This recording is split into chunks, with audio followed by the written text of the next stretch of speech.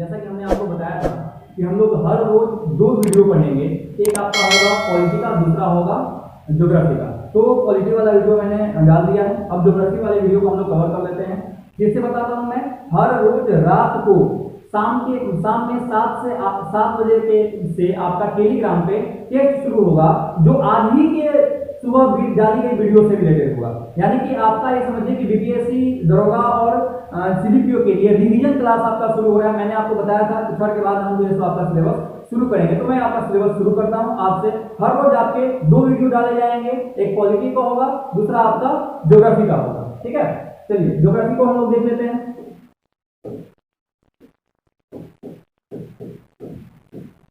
Geography सामान्य तौर पे हमको जो है 2 तरह के ज्योग्राफी पढ़ने होते हैं। जो हमारा एग्जाम भी है उसके हिसाब से 2 ज्योग्राफी पढ़ना होता है। एक जो है वो आपका वर्ल्ड ज्योग्राफी होता है और दूसरा जो है वो आपका इंडियन ज्योग्राफी होता है। इन दोनों ज्योग्राफियों को जो है हमको कवर करना होता है। फिलहाल जो शुरू करेंगे हम लोग वह आपका होगा वर्ल्ड ज्योग्राफी होगा। वर्ल्ड ज्योग्राफी के बाद हम लोग जो है सो इंडियन ज्योग्राफी के ऊपर आएंगे। फिलहाल जो है शुरू है आपका वर्ल्ड ज्योग्राफी, इसी को हम लोग जो है सवाल पढ़ते हैं।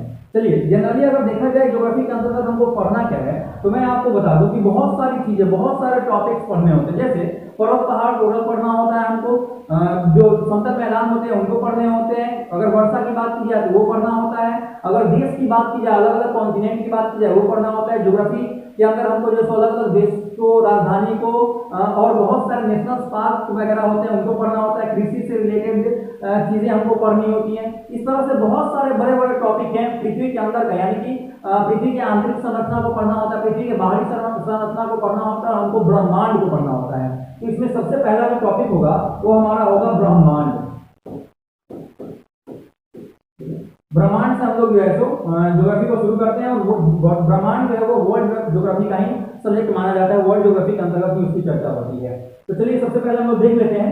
आप अगर चाहें तो मैं बोलता जाऊंगा, जो बोलूंगा उसको आप कॉपी पे लिख सकते हैं। जैसे इस पिक्चर को मैंने बनाया, उससे पिक्चर बना करके उसके बाद में मैं बोलूंगा उसको लिखते जाइएगा। वीडियो को एक बार सुन लीजिएगा तो दोबारा बार में आपको लिखने में सुविधा होगी। ठीक है, चलिए ज्योग्राफी के अंतर्गत हमने चर्चा की हमको ब्रह्मांड को पढ़ना है।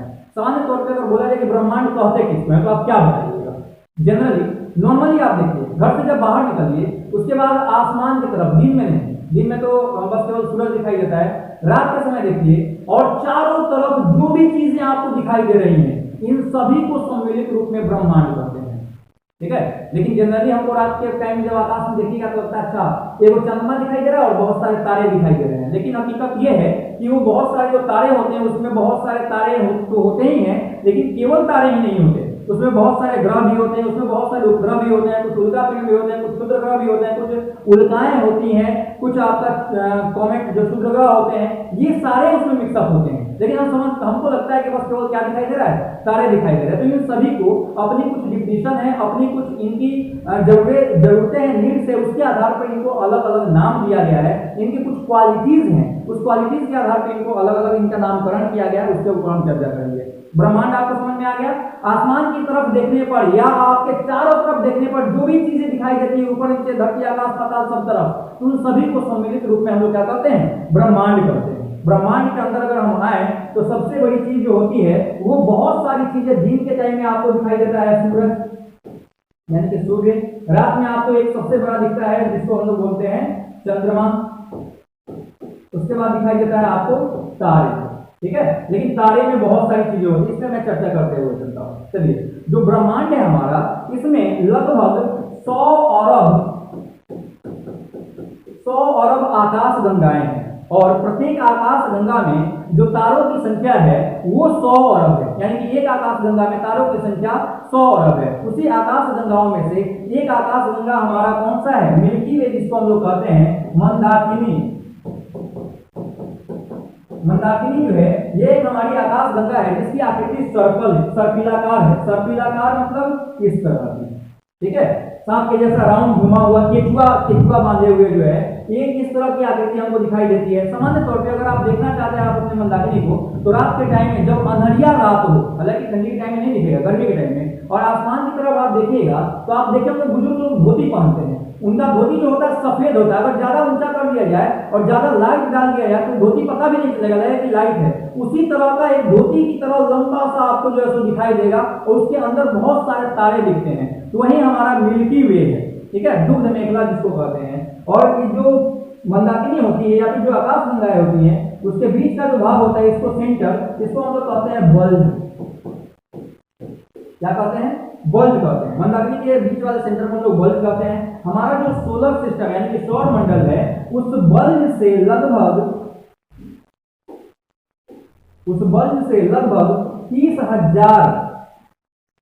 30,000 किलोमीटर 30,000 प्रकाश वर्ष की दूरी पर किसी एक कोने में पड़ा हुआ है। क्योंकि मैंने आपको बताया कि एक आकाशगंगा के अंदर जो होता है वह 100 अरब तारे होते हैं और उन 100 अरब तारों में से एक तारा सूर्य है, तो ये किसी कोने में पड़ा हुआ है। और उसी सूर्य के चारों तरफ कुछ ग्रह हैं, जिस ग्रह में से एक ग्रह पृथ्वी है और पृथ्वी पर हम लोग निवास करते हैं, ठीक है। तो पहले हम लोग देख लेते हैं तारे, सूर्य किसको कहते हैं। सूर्य क्या है? एक्चुअली सूर्य जो है वह एक प्रकार का तारा ही है। तारा ही है क्या? तारा ही है वो एक सूर्य। तारा जो है वैसा आकाशीय पिंड जो किसी आकाशीय पिंडों की परिक्रमा नहीं करता तथा जो एक जगह पर स्थिर रहता है एवं नाभिकीय संलयन अभिक्रिया के दौरान ऊर्जा, उष्मा और प्रकाश उत्सर्जित करता है, उसको तारा कहते हैं। हालांकि तारे जो हैं ये भी परिक्रमा करते हैं, बट ये किसकी परिक्रमा करते हैं? तो ये आकाश गंगाओं के परिक्रमा करते हैं। आकाश गंगा की परिक्रमा करने वाले जो है तो ये तारे होते हैं। और तारे आकाश गंगा की परिक्रमा करते हैं, उसमें सूर्य जो आकाश गंगा की परिक्रमा करता है उसका चाल 250 किलोमीटर प्रति सेकंड की रफ्तार से है और वह 25 करोड़ वर्षों में अपना एक चक्कर पूरा करता है अपने आकाश गंगा का। और इस 25 करोड़ वर्ष के टाइम को हम लोग ब्रह्मांड वर्ष कहते हैं या ब्रह्मांड ईयर के नाम से जानते हैं, ठीक है। फिलहाल मैंने आपको तारा का डिफिनेशन बता दिया है। सामान्य तौर पर सूर्य जो है वो सबसे पृथ्वी के सबसे नजदीक का तारा जो है वह कौन सा है? सूर्य है। दूसरा, पृथ्वी के सबसे नजदीक का दूसरा तारा जो है वह प्रॉक्सिमा सेंचुरी है।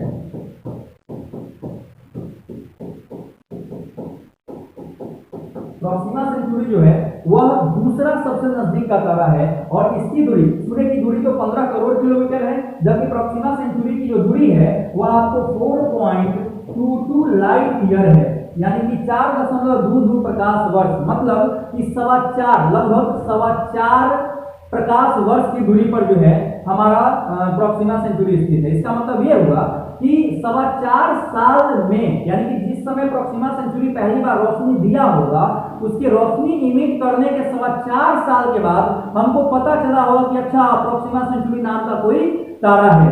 और जब ये मृत हो जाएगा, मर जाएगा, रोशनी देना बंद कर देगा, तो उसके बंद करने के 4.25 साल बाद भी हमको और रोशनी प्राप्त होती रहेगी। लाइट ईयर प्रकाश वर्ष का मतलब होता है कि प्रकाश द्वारा एक वर्ष में तय की गई जो कुल दूरी होती है उसी को हम लोग लाइट ईयर कहते हैं, ठीक है। अगर हम चौंकने के हिसाब से देखें तो सबसे चमकीला तारा जो है वह सूर्य है, लेकिन दूसरा अगर सबसे चमकीला तारा की बात हो जाएगी तो दूसरा सबसे चमकीला तारा जो होगा वो साइरस होगा।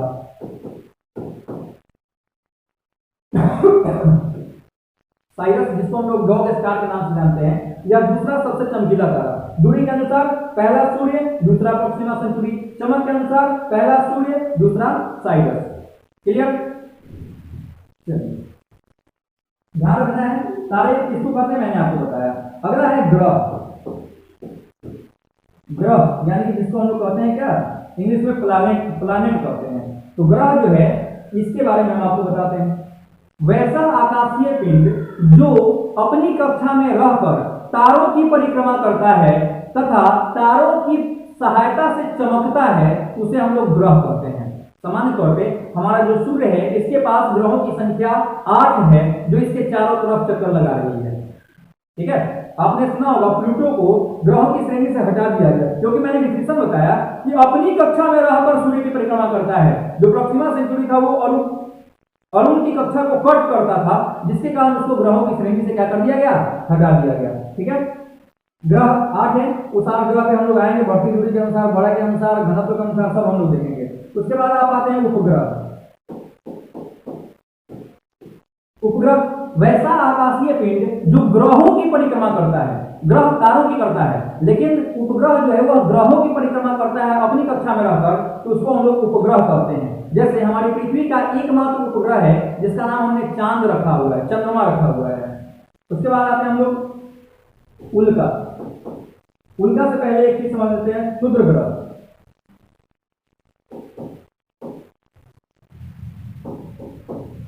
क्षुद्र ग्रह, क्षुद्र ग्रह किसको कहते हैं? क्षुद्र किसको कहते हैं? क्षुद्र, क्षुद्र जिसका अपना वजूद नहीं हो, कभी इसमें कभी उसमें रहे। उसी तरह से जो क्षुद्र ग्रह है इसकी अपनी कोई कक्षा नहीं है, यह मंगल और बृहस्पति की कक्षाओं के बीच रह करके घूमता है, इसी के कारण इसको क्षुद्र ग्रह कहते हैं। ठीक है, क्योंकि अपनी कक्षा इनके पास नहीं है। तो क्षुद्र ग्रह जो होते हैं वो मंगल और बृहस्पति की कक्षाओं में रह करके सूर्य की परिक्रमा करते हैं। और वर्तमान टाइम में बताया जाता है कि लगभग क्षुद्र ग्रहों की संख्या 40,000 के आसपास है। इसमें से एक क्षुद्र ग्रह जिसका नाम है फोरवेस्टा, फोरवेस्टा, इसे हम अपने खुली आंखों से देख सकते हैं। यानी कि आसमान में जब आप देखते हैं, तारों को देख रहे होते हैं, तो उसमें से कोई एक ऐसा भी होता है जो तारा नहीं होकर क्षुद्र ग्रह होता है। किस नाम का? तो फोरवेस्टा का नाम का। ठीक है, इसके बाद आते हैं हम लोग उल्का। देखिए, उल्का और उल्का पिंड में एक अंतर होता है। ठीक है, उल्का किसको कहते हैं? एक्चुअली होता ये है कि आसमान में जो क्षुद्र ग्रह हैं इनके टुकड़े, जो छोटे मोटे टुकड़े, कभी ऐसा होता है कि इनकी इतनी ग्रेविटेशनल फोर्स के कारण ग्रेविटी के अंदर यानी कि पृथ्वी के वायुमंडल में प्रवेश कर जाती हैं, और जब पृथ्वी के वायुमंडल में प्रवेश करती हैं तो ये जलने लगती हैं और आग के गोला के रूप में आपको मूव करता हुआ दिखाई देंगे। जैसे रात को आप जब सोए होते हैं छत पे गर्मी के सीजन में, तो आप आसमान में देखते हैं कि तारे चल रहे हैं, तो हम लोग बोलते हैं कि तारा चल रहा है। एक्चुअली ये तारा नहीं चल रहा होता है, या तो क्षुद्र ग्रह का टुकड़ा होता है या फिर धूमकेतुओं का टुकड़ा होता है जो गलती से पृथ्वी के वायुमंडल में प्रवेश कर गया, और वायुमंडल में प्रवेश करने के कारण घर्षण होने के कारण उसमें आग लग गई, और आग लगता है तो हमको चमकता हुआ दिखाई देता है। लेकिन आप देखिए कि हमको वो चमकता हुआ कैसा दिखाई देता है? इस प्रकार का चमकता हुआ दिखाई देता है, यानी कि कुछ की तरह लंबा जो धारी के रूप में दिखाई देता है। हकीकत यह है कि टुकड़ा है, तो टुकड़ा क्या होगा? किसी बेढंगा टाइप का टुकड़ा होगा, इस तरह का टुकड़ा होगा, लेकिन दिखता कैसा है? ऐसा इसलिए क्योंकि हमारी आंख की जो रेटिना है किसी भी चित्र को 1/10 सेकंड तक अपने आंख पर रख सकती है। ठीक है, रखती है प्रतिबिंब को, जिसको हम लोग परसिस्टेंस ऑफ विजन कहते हैं या दृष्टि निर्बद्धता कहते हैं। तो दृष्टि निर्बद्धता के कारण हमको ये टुकड़ा इस धारी के रूप में चलता हुआ दिखाई देता है। क्लियर? चलिए, तो उल्का किसको कहते हैं? जब कोई आकाशीय टुकड़ा जो क्षुद्र ग्रह या धूमकेतुओं के टुकड़े पृथ्वी के वायुमंडल में प्रवेश करते हैं और जलने लगते हैं, कुछ समय के बाद जल के बुझ जाते हैं, तो उसी को हम लोग बोलते हैं उल्का। लेकिन कुछ ऐसे उल्का होते हैं जिनका साइज ज्यादा बड़ा होता है, और जब पृथ्वी के वायुमंडल में प्रवेश करते हैं उनमें आग तो लगती है, लेकिन बिना पूर्ण रूप से जले हुए जब वो पृथ्वी पर गिर जाते हैं तो उसको हम लोग कहते हैं उल्का पिंड। और महाराष्ट्र का जो लोनार झील है वह उल्का पिंड के द्वारा बना हुआ ही झील है। उल्का पिंड गिरा था तो बहुत बड़ा झील बन गया था, लोनार झील महाराष्ट्र में पड़ता है। ठीक है, इसके बाद आते हैं हम लोग धूमकेतु। एक्चुअली धूमकेतु जो होते हैं सॉलिड नहीं होते, ये गैस या फिर धूल कण के गुब्बार होते हैं, लेकिन ये जब सूर्य की तरफ अग्रसर होते हैं तो ये चमकीला दिखाई देते हैं। हालांकि क्योंकि ये जब धूल कण और गैस के गुब्बारे हैं तो इनका हमेशा के लिए टिकाऊ तो नहीं होंगे, लेकिन फिर भी एक बार इनके लौटने का समय निश्चित होता है। इसका कारण ये है क्योंकि जैसे ही ऊपर आप बढ़ते जाइएगा वायु की कमी होती जाएगी, यानी कि वायुमंडलीय दाब की कमी होती जाएगी, और जितना जैसे जैसे वायु घटता जाएगा विसरण की जो मात्रा होगी वो कम होती जाएगी, यानी फैलने की मात्रा कम होती जाएगी, जिसके कारण एक बार लौट पाते हैं। और इसी क्रम में हेले नामक धूमकेतु जो है इसका परिक्रमण काल 76 वर्ष है, 76 वर्ष है, और यह 1986 में पिछली बार दिखा था, और अगली बार ये जो है 2062 में फिर से दिखने की संभावना है। और ये धूमकेतु तब दिखाई देते हैं जब सूर्य की ओर अग्रसर होते हैं, क्योंकि सूर्य की किरणें, सूर्य की जो रोशनी होती है वो इनके धुआं को यानी इनको चमकीला बना देता है। कैसे? आप ये नहीं कीजिए कि आपने घर में अगरबत्ती जलाया है, आपको धुआं नहीं दिख रहा होगा, लेकिन अगर घर में कहीं से रोशनी आ रही है, उस रोशनी के पास से अगर धुआं गुजरेगी तो आपको खूब अच्छे से चमकता हुआ दिखाई देगा और धुआं जा रहा है। तो धुआं क्या कैसे दिखा है? क्योंकि रोशनी उसको चमकीला बना दी तो हमको दिखा है। उसी प्रकार से जब है धूमकेतुएं सूर्य की ओर अग्रसर होती हैं तो सूर्य की रोशनी उसको चमकीला बना देती है और हमको दिखती है। ठीक है, ये आकाश में दिखने वाली इतने ज्यादा मात्रा में दिखते हैं हमको, हम लोग केवल तारे तारे कहते थे, आज के बाद तारे नहीं ये कहिएगा केवल। ठीक है, इसमें 40,000 आप क्योंकि बीपीएससी क्लास में बैठे हुए हैं, जनरल बैच में बैठे हुए हैं, बैच वाले हैं तो भी कोई दिक्कत नहीं, इसको कंप्लीट करते चलिए, जबरदस्त तरीके से आपके पास अवेलेबल हो जाएगा। ठीक है, चलिए अगले टॉपिक पे हम लोग आते हैं इसी का।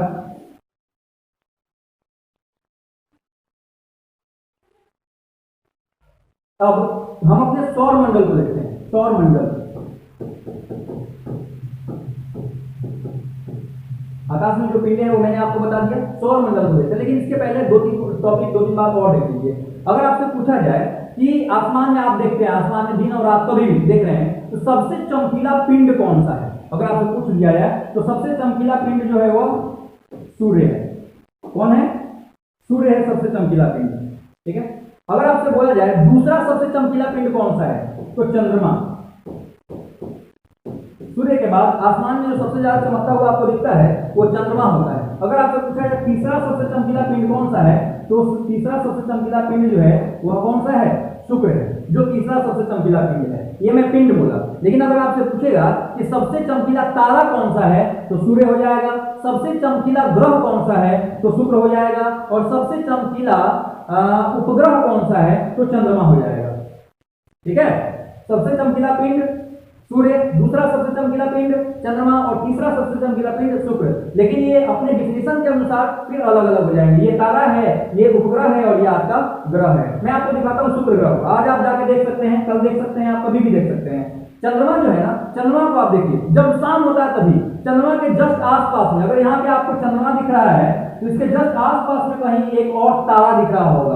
शाम के टाइम में जो सबसे पहले तारा दिखता है ना, जो तारा एक्चुअली तारा नहीं होता, वो कौन सा होता है? वो ग्रह होता है, और शुक्र ग्रह होता है, क्योंकि शाम में सबसे पहले दिख जाता है और रात में सुबह में सबसे लेट तक दिखते रहता है। इसी के कारण इसको भोर का तारा या सांझ का तारा कहा जाता है।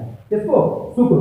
ठीक है। तो चंद्रमा के बगल में जो तारा आपको दिख रहा है वो तारा नहीं है, क्या है? वो आपका ग्रह है। और कौन सा ग्रह? तो शुक्र ग्रह है। इस बात को ध्यान रखेंगे। चलिए हम लोग देखते हैं सौर मंडल। तो मैंने आपको बताया कि सौर मंडल जो है वह हमारे मंदाकिनी में के बल्ब से 30,000 किलोमीटर की दूरी पर इस ये कोने में बेचारा पड़ा हुआ है। ठीक है। सूर्य और उसके चारों तरफ हमारी जो है तो ग्रह और उपग्रह चक्कर लगा रही है, जिसको हम लोग क्या कहते हैं?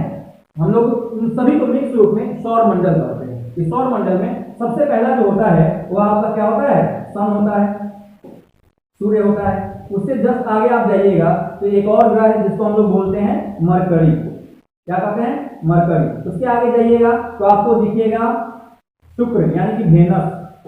उसके आगे जाइएगा तो आपको दिखेगा अर्थ यानी पृथ्वी। उसके आगे जाइएगा तो आपको दिखेगा मार्स यानी कि मंगल ग्रह। उसके आगे आपको जुपिटर यानी कि बृहस्पति।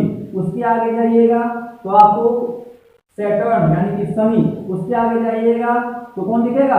अरुण दिखेगा, अरुण जिसको हम यूरेनस कहते हैं। और सबसे लास्ट में आपको जो दिखता है वह होता है कौन सा? वो होता है आपका नेपच्यून यानी कि वरुण। ठीक है। ये सूर्य से बढ़ती दूरी के अनुसार है, सूर्य से बढ़ती दूरी के अनुसार ग्रहों का क्रम है। इसको एक ट्रिक से भी आप ध्यान में रख सकते हैं, मैं लिखूंगा नहीं, सुन लीजिए। अगर आप कॉपी कर रहे हैं तो कर लीजिएगा। सूर्य से बढ़ती दूरी के अनुसार माई very efficient mother just served us nuts, यानी कि मेरी प्यारी मम्मी जो है वो मुझे बादाम परोसती है। My very efficient mother just served us nuts. My का एम उठाया हमने, हो गया आपका मरकरी। माई भेड़ी का भी उठाया हमने, हो गया वेनस। इफिशिएंट ई उठाया हमने, हो गया पृथ्वी। मदर मार्स हो गया। उसके बाद जस्ट का जे उठाया हमने, जुपिटर। सर्व्ड का एस उठाया हमने, सैटर्न। और उसके बाद सर्व्ड अस का यू उठाया हमने, हो गया यूरेनस। और नट्स माने बादाम, उसका एन उठाया हमने, हो गया नेपच्यून। ठीक है। ये आपको सूर्य से बढ़ती दूरी के अनुसार है। लेकिन अगर आपसे क्वेश्चन ये कर दे कि सबसे बड़ा ग्रह कौन सा है, तो उसके अनुसार भी देख लेते हैं हम लोग। हमारे सौर मंडल में सबसे बड़ा ग्रह जो है वह जुपिटर है यानी कि बृहस्पति है। ये आपका घटती आकृति के अनुसार यानी कि अवरोही क्रम में मैं आकृति के अनुसार बता रहा हूं। सबसे बड़ा ग्रह बृहस्पति, उसके बाद उससे छोटा ग्रह शनि, उससे छोटा ग्रह अरुण, उससे छोटा ग्रह वरुण, उससे छोटा ग्रह पृथ्वी। आपने याद भी किया होगा कि पृथ्वी जो है सौर मंडल की 5वीं सबसे बड़ी ग्रह है। 1 2 3 4 5, 5वें नंबर पे आ गई। उसके बाद सबसे छोटा ग्रह शुक्र, उसके बाद मंगल, और तब आता है आपका बुध। यानी सबसे छोटा ग्रह जो हो गया वो बुध हो गया और सबसे बड़ा ग्रह जो हो गया वो बृहस्पति हो गया। ठीक है, अब अगर हम बात करें इनका चक्कर लगाने के क्रम में, तो आप इससे पहले वाले पिक्चर को ध्यान रखिए। उस पिक्चर के अनुसार ये सबसे नजदीक होता है सूर्य के, उसके बाद जो होता है आपका उसके बाद शुक्र होता है, फिर पृथ्वी होता है। ये जो है हमने क्या लिखा है, ये घटती आकृति के अनुसार सबसे बड़ा उससे छोटा उससे छोटा उससे छोटा के क्रम में हमने इसको यहाँ पे लिख दिया है। अब हमें एक चीज बताइए कि आपने देखा होगा जो गेहूं धान वगैरह होता है उसको हम लोग बैल से पहले क्या करते थे, दांते थे, यानी कि बैल से उसका दाना निकालने का काम करते थे। तो एक खूंटा होता है, उसके बगल में बैल होता है और बहुत लास्ट में 4-5 बैल, सबसे अंत में एक 5वां बैल होता है। तो जो सबसे खूंटे के पास होता है वह मात्र बेचारा एक कदम चलता है और बाकी बैलों को वहां से पूरा वहां तक आना होता है।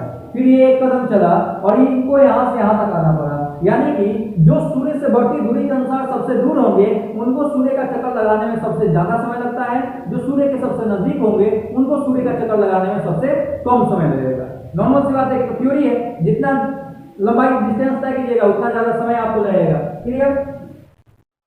चलिए, इन सभी में हम लोग एक चीज देख लेते हैं कि जो सौर मंडल में के केंद्र में होता है वह कौन होता है, वो होता है आपको सूर्य।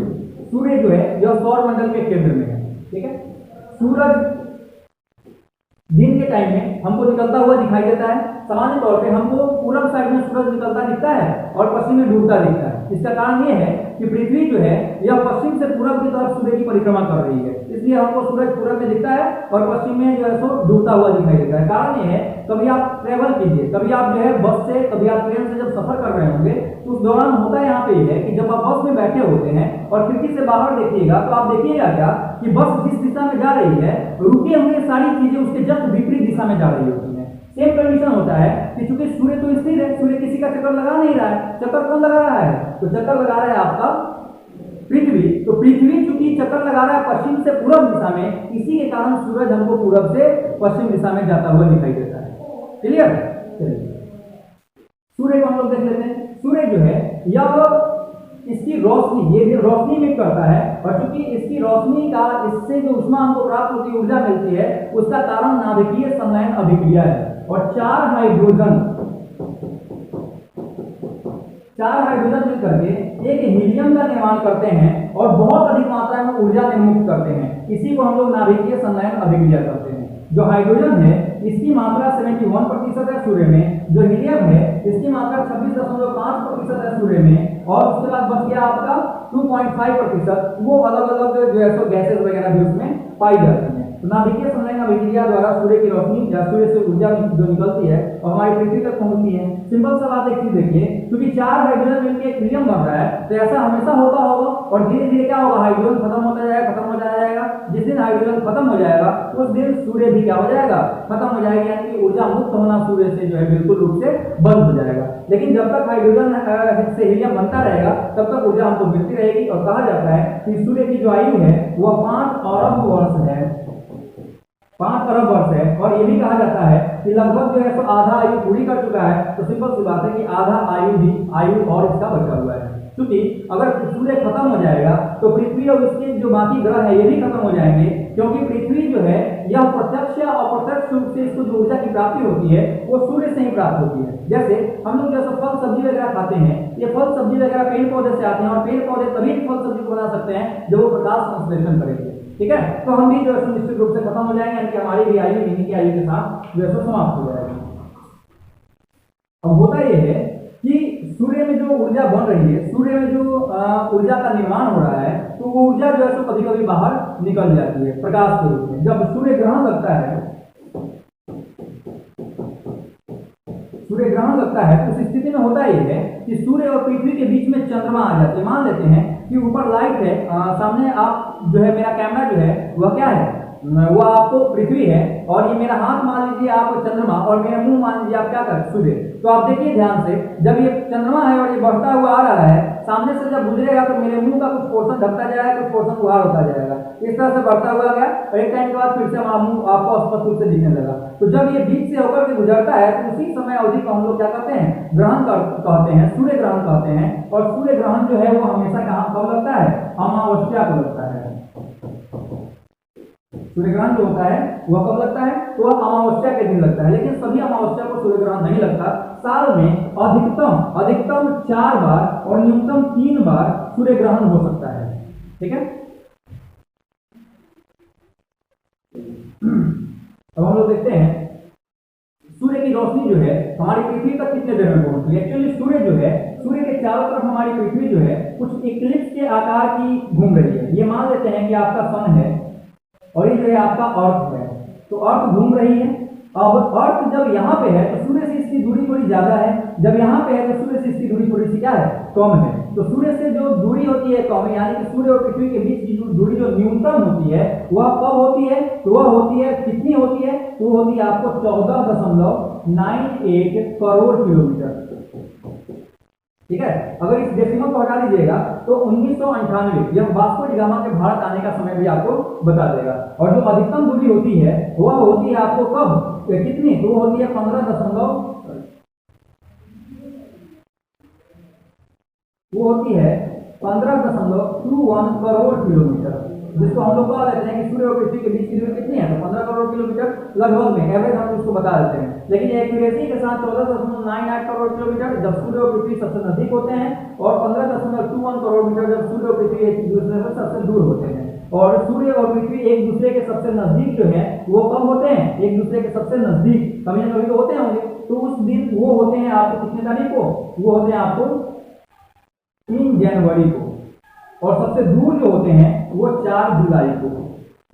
सूर्य और पृथ्वी के बीच की दूरी सबसे अधिक होती है। तो सूर्य और पृथ्वी के बीच की दूरी जब सबसे अधिक होती है तो उसी को हम लोग कहते हैं अपोजी, और जब वो सबसे नजदीक होती है तो उसको हम लोग कहते हैं प्रेजी।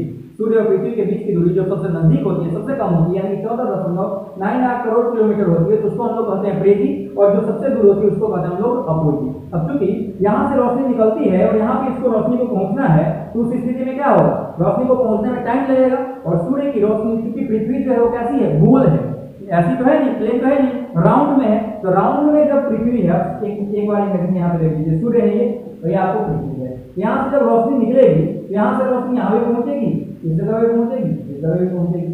तो यहाँ पहुंचने में और यहाँ पहुंचने में क्योंकि डिस्टेंस ज्यादा तय करना पड़ रहा है, तो इस जगह पर थोड़ा टाइम लगाएगी, यहाँ पहले पहुंच जाएगी। तो इन दोनों के बीच का जो डिफरेंस होता है वो लगभग 4 सेकेंड का डिफरेंस होता है। ठीक है, इसी के आधार पर हम लोग बोलते हैं कि सूर्य की रोशनी जो पृथ्वी तक पहुंचती है वह 496 सेकेंड से 500 सेकेंड के बीच में पहुंचती है। 4 सेकेंड का डिफरेंस हो गया। या फिर इसी को हम लोग बोलते हैं 8 मिनट 16 सेकेंड से 8 मिनट 20 सेकेंड के बीच में पहुंचती है। या इसी को आप कह सकते हैं कि 8.3 मिनट में सूर्य की रोशनी पृथ्वी तक पहुंचती है। यही जो 20 है ना, इसको हमने क्या कर दिया है, 20 से 60 को डिवाइड कर दिया तो 3 भाग में आ गया, तो इसको 8.3 मिनट कहेंगे।